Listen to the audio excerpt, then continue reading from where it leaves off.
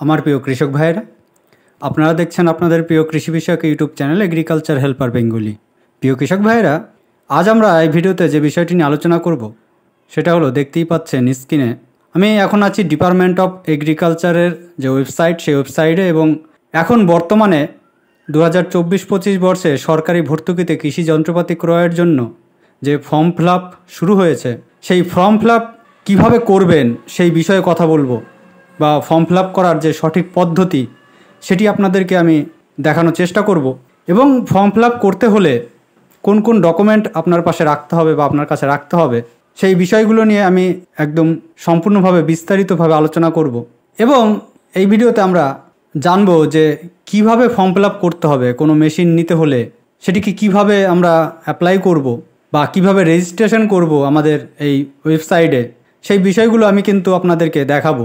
তো এখানে সরকার থেকে বলা হয়েছে যে মেশিনারি যন্ত্রপাতির উপরে 50 থেকে 60% পর্যন্ত ছাড় দেওয়া হবে।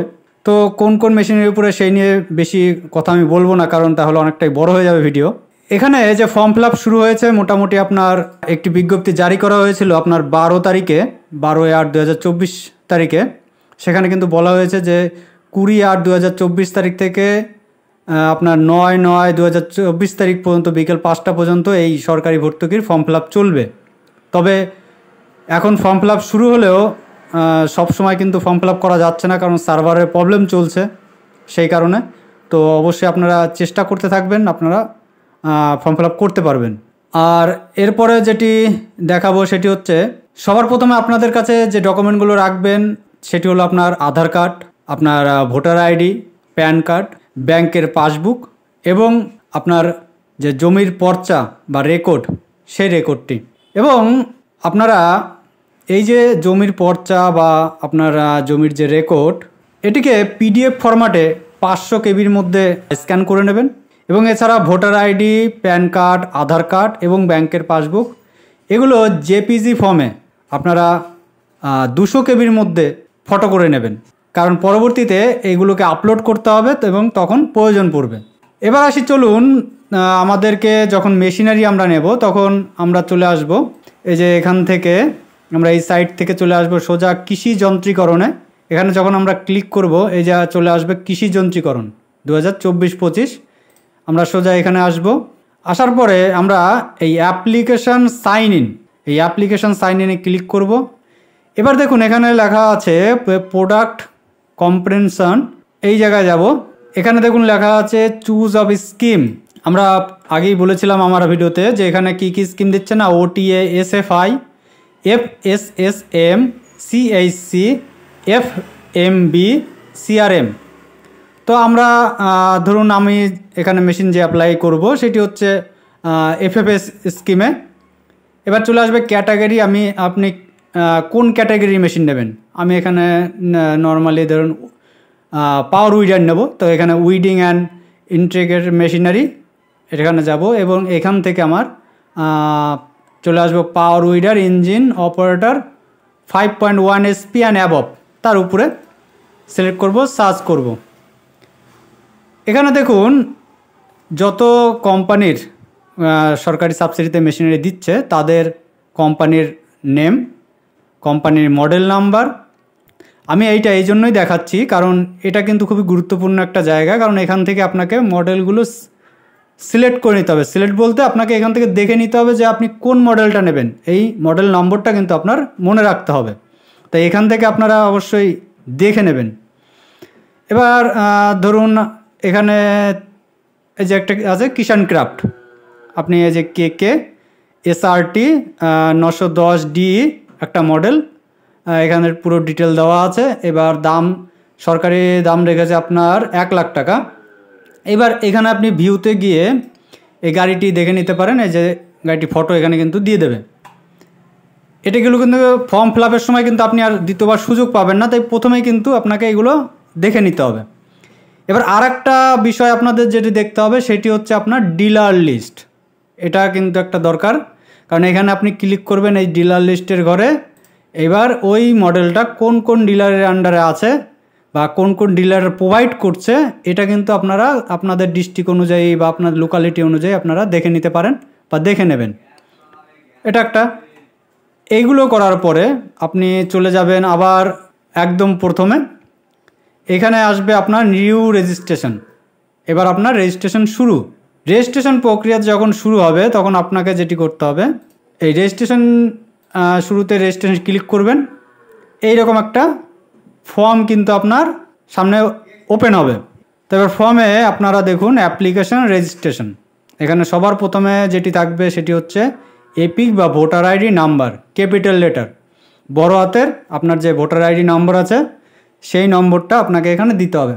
তবে একটা কথা আপনাদেরকে একটু জানিয়ে দিই, যাদের কৃষক বন্ধুর আইডি নেই বা যারা আপনারা কৃষক বন্ধুর যে সরকারি ভাতা দেওয়া হয় সেই ভাতা পান না বা অ্যাপ্লাই করেননি, তারা কিন্তু এখানে অ্যাপ্লাই করতে পারবেন না। কারণ রেজিস্ট্রেশন হয়ে যাওয়ার পরে পরবর্তীতে যে ফর্মটি ফিল আপ করতে হবে সেখানে আপনার যখন কৃষক বন্ধু আইডি শো করবে না তখন কিন্তু সেই ফর্মটি সাবমিট নেবে না। তাই আপনাদের ফ্যামিলিতে যদি কারো কৃষক বন্ধুর আইডি থাকে তাহলে তার ডকুমেন্ট দিয়ে আপনারা ফর্মটি ফিল আপ করবেন। এবার এই যে এখানে দেখুন প্রথমে আসলো ভোটার আইডি, তারপর আপনার মোবাইল নাম্বারটি অবশ্যই দেবেন। ইমেল আইডি আপনারা দিতেও পারেন, নাও দিতে পারেন, কোনো সমস্যা নেই। এবার যে farmer name of the farmers, এখানে ফার্মার্সের নেম দেবেন এবং একটি পাসওয়ার্ড এখানে দিতে হবে আপনাকে, যে পাসওয়ার্ডটি পরবর্তীতে আপনার কিন্তু লগ ইন করতে দরকার পড়বে বা প্রয়োজন পড়বে। একটি স্ট্রং পাসওয়ার্ড আপনাকে দিতে হবে। এখান থেকে পাসওয়ার্ড কনফার্মেশন দিতে হবে, মানে আপনাকে রিপিট দ্বিতীয়বার আপনাকে সেই পাসওয়ার্ডটি আবার দিতে হবে। এরপরে আপনার দিতে হবে আধার নাম্বার, তারপরে দিতে হবে ক্যাটাগরি, আপনি কোন ক্যাটাগরিতে বিলং করেন, এসসি, এসটি, ওবিসি বা জেনারেল ক্যাটাগরি দিতে হবে। আপনি কোন জেন্ডারের মধ্যে পড়ছেন, মেল, ফিমেলস, আদার্স, সেটি বসাতে হবে। এরপরে যেটি দিতে হবে আপনার যে অ্যাপ্লিকেশন করছে তার ফাদার্স নেম, এবং যদি মহিলা বিবাহিত হয় তাহলে তার হাজব্যান্ড নেম দিতে হবে। এরপরে চলে আসবে ডিস্ট্রিক্ট, আপনি কোন ডিস্ট্রিক্ট থেকে আছেন এখানে সিলেক্ট করবেন।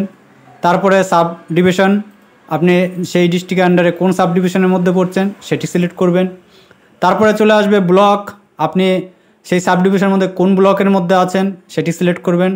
তারপরে চলে আসবে গ্রাম পঞ্চায়েত, আপনি সেই ব্লকের মধ্যে কোন গ্রাম পঞ্চায়েতের বাসিন্দা সেটি সিলেক্ট করবেন।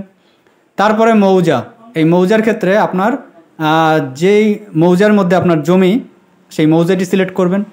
তারপরে আপনার চলে আসবে ভিলেজ, আপনি কোন গ্রামের বসবাসকারী নাগরিক সেটি এখানে ভিলেজ সিলেক্ট করতে হবে। তারপর আপনাকে পোস্ট অফিস, যেটি আপনাকে হাতে লিখে দিতে হবে, এবং পিন নাম্বার, এগুলো ফিল আপ করে আপনাকে সাবমিট করলেই এখানে ফর্মটি সাবমিট হয়ে যাবে, কোনো রকম সমস্যা নেই।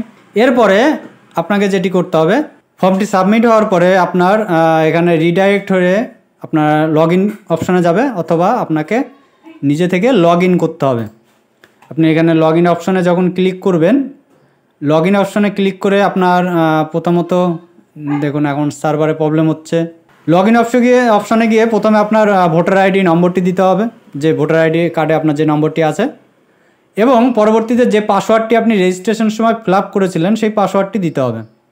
এবং আপনার যে স্কিম চলছে এখন বর্তমানে 2024-25 সেশন, সেই সেশনটি সিলেক্ট করতে হবে। সিলেক্ট করে লগ ইন করলে আপনাকে লগ ইন অপশানে কিন্তু চলে আসবে। এরপরে আপনার যেটি হবে, লগ ইন অপশানে চলে আসার পরে আপনার এই রকম একটি ফর্ম কিন্তু পেজ ওপেন হবে, যেখানে আপনার যে নামে লগ ইন করেছেন সেই নামটি এখানে শো করবে আপনার ডান সাইডে কোনায়, উপরে বাঁ সাইডে ফার্মার্সের শো করবে। ড্যাশবোর্ড আপনারা দেখতে পাবেন, এরকম ড্যাশবোর্ড। এখান থেকে সোজা অ্যাপ্লাই নাওয়ে চলে যাবেন। এই অ্যাপ্লাই নাওয়ে গিয়ে আপনারা এইরকম একটি পেজ পাবেন। এখান থেকে আপনার, আমি যেহেতু অ্যাপ্লাই FSSM স্কিমে করব, তাই এখান থেকে এরপরে এরকম কিন্তু একটা উইন্ডো কিন্তু আপনার শো হবে। এবার এখানে কিছু কিছু জায়গা আপনার কিন্তু অলরেডি ফিল আপ হয়ে থাকবে, যেহেতু আপনার রেজিস্ট্রেশন করা আছে, সেই রেজিস্ট্রেশনের যে ঘরগুলো আপনি ফিল আপ করেছিলেন সেগুলো আপনার অলরেডি ফিল আপ হয়ে থাকবে। তো সেখানে সবার প্রথমে আপনাকে এখানে আপনি ইন্ডিভিজুয়ালভাবে করছেন না আদার্স, এখানে যারা CSC করবে বা যারা, তাদেরকে আদার্সে যেতে হবে, বা আমরা নর্মাল ইন্ডিভিজুয়ালভাবেই ফিল আপ করবো। তো এখানে অ্যাপ্লিক্যান্ট নেমড অলরেডি থাকবে, এবং এই অপশানগুলো ইফ আদার্সের কোনো প্রয়োজন নেই। নাম নেম অর্গানাইজেশনের প্রয়োজন নেই। আধার নাম্বারটা আপনার অলরেডি সিলেক্ট হয়ে থাকবে। এবার এখানে দেওয়া আছে আধার নাম্বার অফ স্পাউস নেম। এখানে ধরুন আপনি ফিল আপ করছেন, সেক্ষেত্রে স্পাউসের কোনো প্রয়োজন নেই যদি না সে বিবাহিত কোনো মহিলা হয়। যদি সে বিবাহিত মহিলা হয় তাহলে তার স্বামীর আধার নাম্বার এখানে দিতে হবে, এটা আপনাকে টাইপ করে দিতে হবে। এরপরে আপনার ভোটার আইডি নম্বর এখানে শো করবে, মোবাইল নাম্বার শো করবে যেটি আপনি রেজিস্ট্রেশনে দিয়েছিলেন। এরপরে ফার্মার্স টাইপ, আপনার যদি জমির পরিমাণ বেশি থাকে আপনি লার্জ করতে পারেন, মিডিয়াম থাকে মার্জিনাল, অল্প থাকে স্মল সিলেক্ট করবেন। এরপরে আপনার ফাদার নেম বা হাজব্যান্ড নেম শো করবে। এরপরে যেটা করতে হবে এখানে কিন্তু আপনার আধার ইমেজ আপনাকে আপলোড করতে হবে। এখানে ব্রাউজ অপশনে গিয়ে আপনাকে আধার ইমেজটা আপলোড করতে হবে, তারপরে ভোটার আইডি ইমেজটা আপলোড করতে হবে। এরপরে আমরা চলে যাব অ্যাড্রেস ডিটেলসে। এখানে আপনার যে ডিস্ট্রিক্ট থেকে আপনি বিলং করছেন সেই ডিস্ট্রিক্টের নাম অলরেডি থাকবে যেটি আপনি রেজিস্ট্রেশনে দিয়েছিলেন। সাবডিভিশন থাকবে, ব্লক থাকবে, গ্রাম পঞ্চায়েত থাকবে, ভিলেজ থাকবে, পোস্ট অফিস থাকবে এবং পিন নম্বর থাকবে। এরপরে অপশন আপনার হচ্ছে ব্যাঙ্ক ডিটেলস। এখানে আপনাকে পুরোটা ফিল আপ করতে হবে।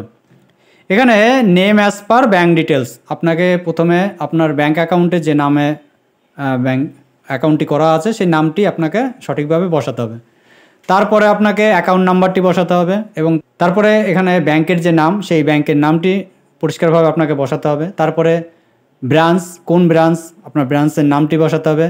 তারপরে সেই ব্যাংকের আইএফএসসি কোড এবং সবশেষে আপনার যে প্যান আইডি সেই প্যান আইডির নম্বরটা এখানে বসাতে হবে। এবার দেখুন দুটো আপলোডের অপশন দিয়েছে। প্রথমটি হচ্ছে ব্যাংক অ্যাকাউন্টের যে আপনি ইমেজটি রেডি করে রেখেছেন সেই ব্যাংক অ্যাকাউন্টের ইমেজটি আপনাকে দিতে হবে এবং আপলোড প্যান কার্ড, এই প্যান কার্ডের ইমেজটি কিন্তু এখানে দিতে হবে। এরপরে চলে যাব ল্যান্ড ডিটেলস। এই ল্যান্ড ডিটেলসের ঘরে একটু সবারই আমি দেখলাম সমস্যা হচ্ছে, সেটি হচ্ছে এই ল্যান্ড ডিটেলসের ঘরে আমরা কিভাবে বসাবো।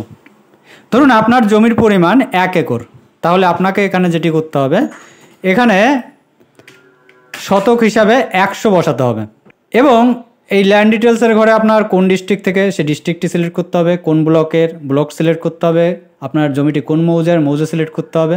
যখনই মৌজা সিলেক্ট করবেন সে জিএল যে নম্বর সেই নম্বরটি অটোমেটিক চলে আসবে। তারপরে আপনার রেকর্ড বা পর্চায় যে খতিয়ান নম্বর সেই খতিয়ান নম্বরটি এখানে বসাতে হবে এবং টোটাল এরিয়া আপনাকে এখানে যে কতটা সেটি আপনাকে বসাতে হবে এবং টোটাল স্পোস্ট এরিয়া মানে কতটা পরিমাণ আপনি জমি চাষাবাদ করেন সেই আপনার যে পর্চায় আছে। ধরুন আপনার জমির পরিমাণ আছে 2 একর, আপনার তার মধ্যে পুকুর বাগান সব বাদ দিয়ে আপনার চাষযোগ্য জমির পরিমাণ 1 একর, সেক্ষেত্রে আপনাকে এখানে 1 একরের পরিমাণটা এখানে বসাতে হবে। এরপরে এখানে আপনাকে আপলোড করতে হবে এই যে ল্যান্ড বা পর্চার যে কপি, সেই পর্চার কপির যে পিডিএফ ফাইল আমি প্রথমে বললাম করে রেখে সেই পিডিএফ ফাইলটিকে আপনাকে এখানে বসাতে হবে। এবার চলে আসবে আপনার মেশিনারি যে ডিটেলস, সেই ডিটেলসে এখানে ক্যাটাগরি অফ মেশিন, আপনি কোন ক্যাটাগরি মেশিন নেবেন সেই ক্যাটাগরি সিলেক্ট করতে হবে। তারপরে সেই মেশিনের নাম সিলেক্ট করতে হবে। ধরুন আমি এখানে পাওয়ার উইডার নেব, তাই পাওয়ার উইডার মেশিনারি নেম হচ্ছে আপনার মেশিনারি 5.1 অ্যাবভ সিলেক্ট করব। তারপরে ম্যানুফ্যাকচার নেম আমি ধরুন নেব কিষাণ ক্রাফট, তাহলে এখান থেকে আমরা কিষাণ ক্রাফটের একটি কোম্পানির নাম সিলেক্ট করব, কিষাণ ক্রাফট। এরপরে যে মডেল নম্বর প্রথমে বললাম সেই মডেল নম্বরটি সিলেক্ট করতে হবে। ধরুন আমি এখানে নেব KKIC 208P নিলে এরপরে দেখুন সার্ভারের সমস্যা দেখাচ্ছে না।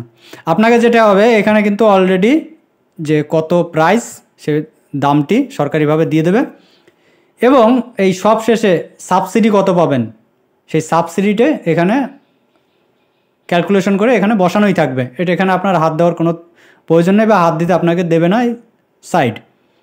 এবার এখান থেকে ডিস্ট্রিক্টটি সিলেক্ট করবেন, তারপরে ডিলার নেম এখানে অপশন আছে সেখানে থেকে আপনার ডিলার নেমটি সিলেক্ট করবেন এবার আপনার এই যে ব্লু বুক নাম্বার এটারও প্রয়োজন নেই এবং আপলোড ব্লু বুক ডকুমেন্ট এটারও কোনো প্রয়োজন নেই। এগুলো ঠিকঠাকভাবে ফিল আপ করলেই আপনার কিন্তু ফিল আপ হয়ে গেল। এইবার এক জায়গায় সমস্যা, আমি প্রথমেই বললাম যে কৃষক বন্ধুর আইডি। এই দেখুন এখানে যদি আমার এখানে রেজিস্ট্রেশনে ঢুকেছি কিন্তু কৃষক বন্ধুর আইডিটি এখানে পড়েনি, তার মানে এখানে এর কৃষক বন্ধুর আইডি নেই। সেক্ষেত্রে এই ফর্মটি সাবমিট হবে না। কিন্তু যাদের কৃষক বন্ধুর আইডি আছে তারা যখনই আপনার এই ফর্মের মধ্যে ঢুকবেন, আপনাদের এই কৃষক বন্ধুর আইডির এই জায়গাটা আপনাদের কৃষক বন্ধুর আইডি নম্বরটি থাকবে, আর তাহলে কিন্তু আপনার ফর্মটি সাবমিট হয়ে যাবে। তো এইগুলো যদি ঠিকঠাকভাবে করা যায় তাহলে ফর্মটি কিন্তু আপনি সাবমিট করতে পারছেন।